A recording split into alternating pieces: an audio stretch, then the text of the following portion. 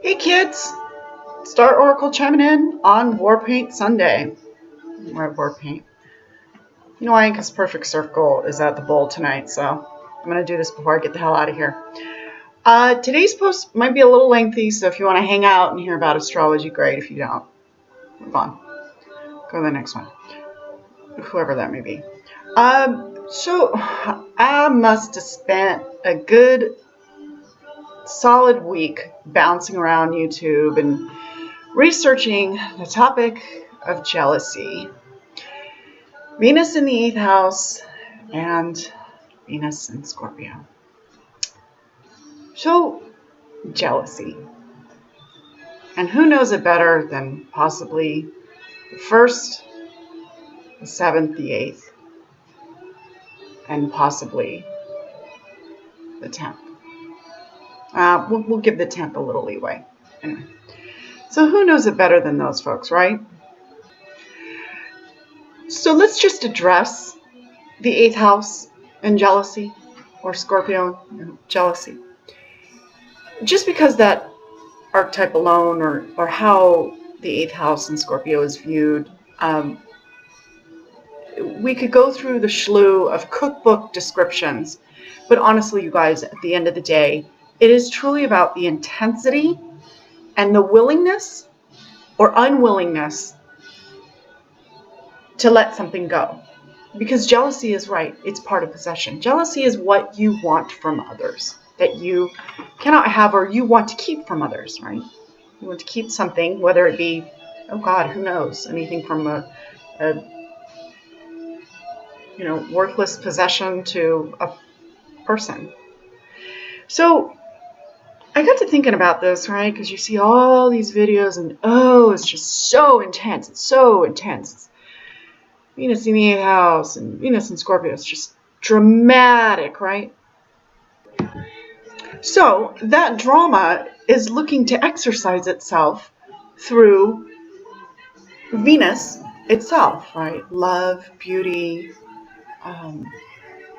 anything that's immediate to the senses, right? But the way I look at it, I thought, okay, well, first off, we got to back up a long time ago, somewhere in your younger years, and understanding the root cause. So those of you out there with Venus in the 8th house or Venus in Scorpio, you had a parent, you had someone, immediate to you that had these sort of traits, because especially like evolutionary astrology, that's all it basically is. We're fractaled out. We're just a bigger part of what we came from, or an expanded version of it.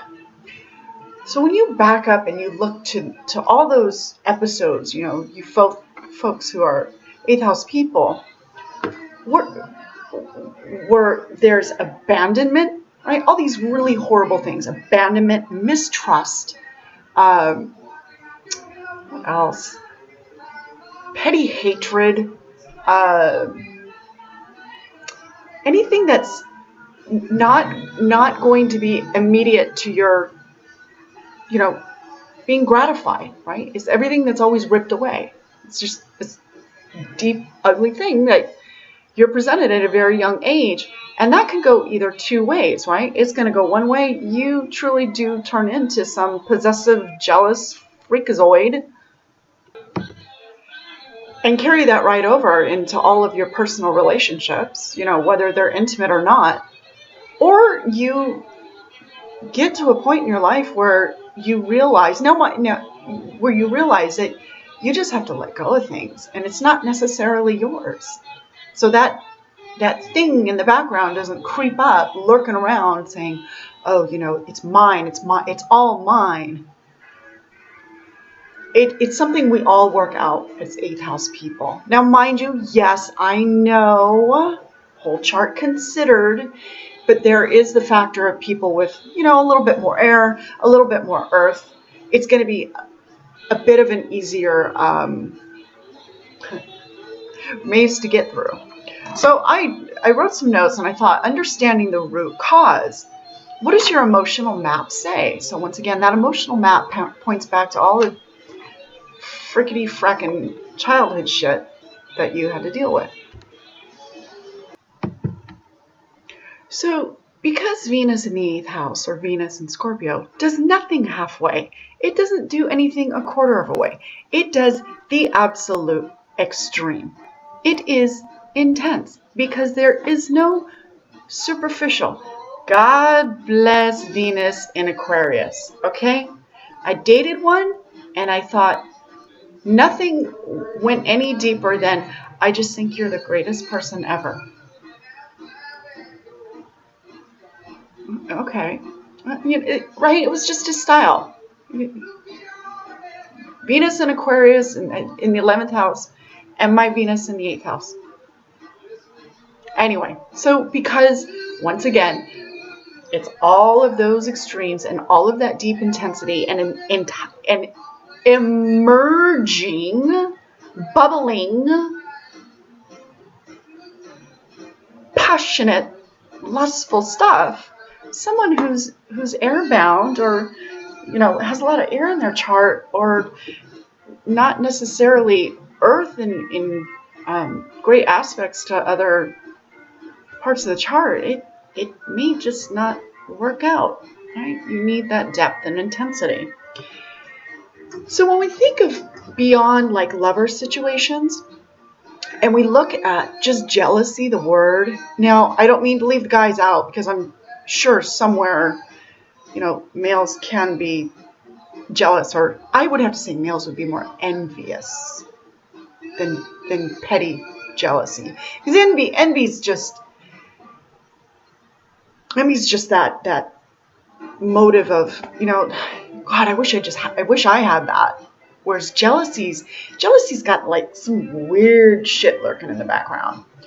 It reminded me of one of these YouTubes I was watching, and it was 4 clucking hens, right? And it's just the worst conversation, but I thought this might be good, right? Because I can get some tune in to what they're saying. And one of them, during this podcast or poopcast or whatever they were doing, she started to go into the fact that, when you're a girl and you walk into the room, you want to be the prettiest girl and you want to get all the guys. And I thought to myself, okay, no, not every girl thinks that way. I don't even think every guy thinks that way. And I started to look at what she was saying. You have to be the prettiest. I thought, okay, maybe that's pointing to jealousy, right? A sort of petty, I'm not going to share what I have with anybody, therefore I am this jealous factor. And it was so strange because the 3 other hens were like, yeah. And I thought, holy shit, I don't think I've ever had that sort of lurking in the background as I walked into a room. Because Venus in the 8th house people know when we have been told by our friends or maybe strangers, wow, when you walk into a room, you really lit it up. And it was like, what are you talking about? Like the light bulb's up on the ceiling. Like, only because Venus in the 8th house and Venus in Scorpio, we've got that whole sort of thing going on that we do not mean to project, but that's how people see it, right? It's this very Jessica Rabbit sort of thing. And some of us aren't even necessarily, we're not putting that out there, but it is what it is. And I thought about this. I think about because all of my very good girlfriends, funny enough, have Venus in Scorpio or Venus in the 8th house. And we all have these kind of quirky stories about how certain bitches will just throw us under the bus for no apparent reason. Just because at the time, who knows, I don't know, they were having a bipolar moment. So it was a couple years ago when I was talking to my girlfriend, and I said, well, hey, you know what? Maybe it's just somehow we need to stick together and support each other. Because these other Venus in the other houses, whatever they're doing, aside from 11th and 12th, they're chill folk. The other houses, and Venus in the 5th is cool too. Anyway, I mean, what if we could put ourselves as women and guys in a position where if we recognize these sort of things going on in interpersonal relationships, why not support each other on it instead of letting this sort of petty jealousy, and it really is petty. It's like, oh man, you have regressed. Like right? There's nothing lovelier when a Venus in 8th house is very right. Venus in the 8th house and Venus in Scorpio. It is incredibly rare. We do not compliment just to compliment or fish back. Okay? It has to be completely Venus in the 8th house, Venus in Scorpio, put together in this beautiful little package. Otherwise, we're not going to bother. So why not support each other on that? Right? And if there are attacks from other strangers or acquaintances or even friends, cut them out of your life. I'm sorry. No one has time for that sort of bullshit. Cut it out, because just carve it out, because it first off, to have someone in your life who has those sort of inklings, I guess, or those sort of tendencies, it's not beneficial to your growth, nor would that be any sort of friendship closeness that I would even equate to like being able to flourish and grow further. So I took a couple notes, and I jotted down here, it's natal Pluto in hard aspect to any personal planet, of course, right? Moon, Venus, or what have you, can override even the most detached air sign, I guess. And I guess if we think of losing a partner as a metaphorical threat to survival, so they would, a perfect example, right? Moon Pluto. Well, I'm Moon Pluto, and you couldn't meet a more detached person than myself. So then one could say, okay, well, you've gotten a grip on that. Well, all right, fine. But still, that doesn't stop from others, coming into my immediate experience, and whether they have jealousy problems, that's always on them. So if you have friends who come to you and say, well, gosh, I just don't understand why this happened. I thought we were really good friends. Support each other. Venus, 8th house, Venus, Scorpio, rise up and support each other. And try, if you're not there, if you are one of those folks, an 8th houser who deals with problems with jealousy and possession, transform it. I mean, what the hell? Use the power of your house. Why not? Sometimes hard aspects from natal Saturn can result in an odd, anxiety-driven sort of jealousy. What else? And that anxiety-based, like hurting of the partner as Saturn gradually takes back their lover into a corner, right? Backs them into a corner. Saturn's limits and fears undercut the energy of personal planet that's aspected. So it's all these sort of considerations, but I think my whole point to my video is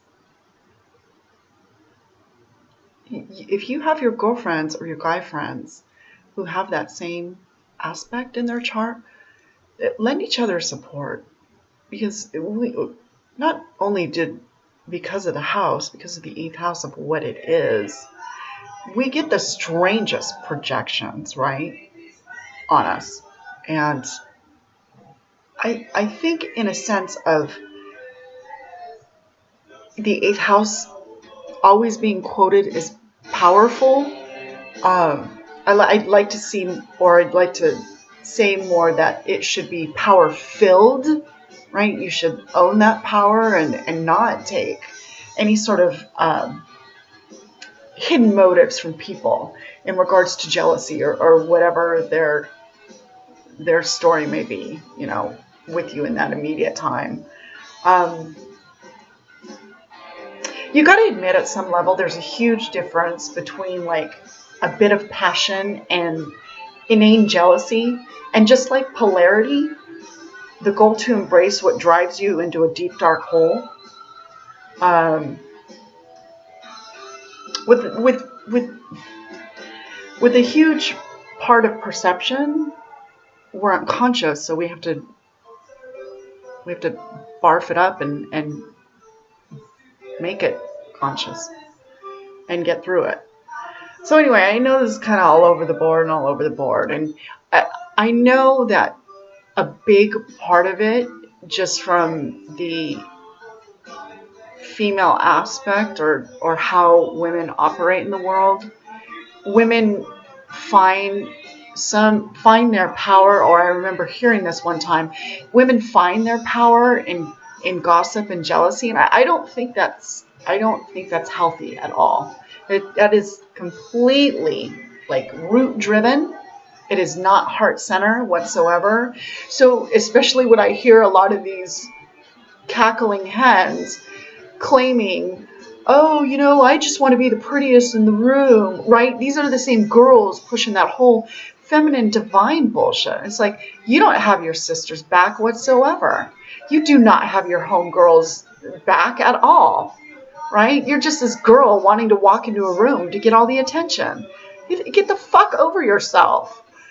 So it's those types of situations as a Venus in the 8th house or Venus in Scorpio that we know right away, and we need to direct that energy and change it and not let that come into our experience and try to muck it up, and own our power-filled, beautiful position, because it truly is. I mean, yeah, it's intense. It's all or nothing. It's the encompassing lover, but also in the same breath, it is something very beautiful and free-flowing if you allow it, right? So I thought this was really funny. It was just a quick take on each sign, how